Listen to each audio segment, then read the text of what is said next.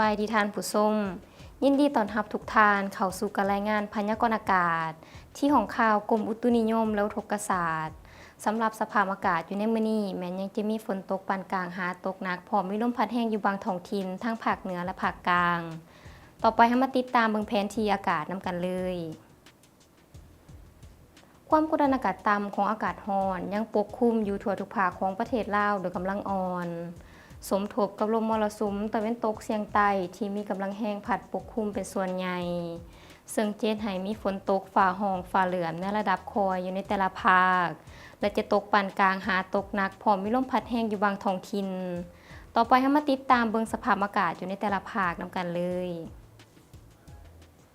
ภาคเหนือด้านตะวันออกจะมีฝนตกฟ้าห้องฟ้าเหลืองในระดับคอยหาปานกลาง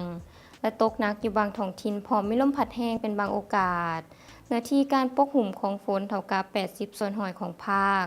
อุณหภูมิอยู่ในระหว่าง16-27องศา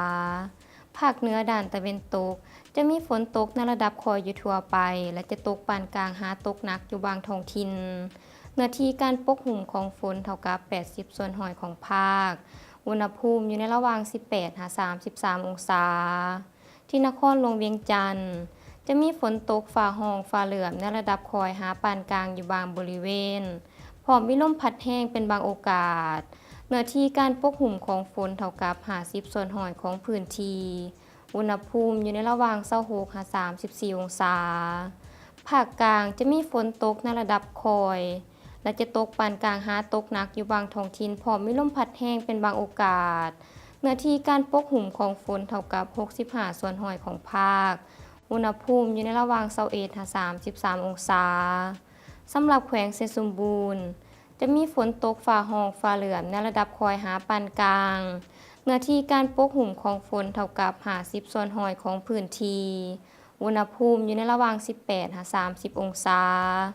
ภาคใต้จะมีฝนตกฟ้าห้องฟ้าเหลืองในระดับคอยหาปานกลางพร้อมมีลมพัดแรงเป็นบางโอกาสเนื้อที่การปกคลุมของฝนเท่ากับ45ส่วนร้อยของภาคอุณหภูมิอยู่ในระหว่าง23-31องศาสำหรับเขตภูเพียงบริเวณอากาศเย็นและจะมีฝนตกฟ้าห้องฟ้าเหลืองในระดับคอยเนื้อที่การปกคลุมของฝนเท่ากับ40ส่วนร้อยของพื้นที่อุณหภูมิอยู่ในระหว่าง16-26องศา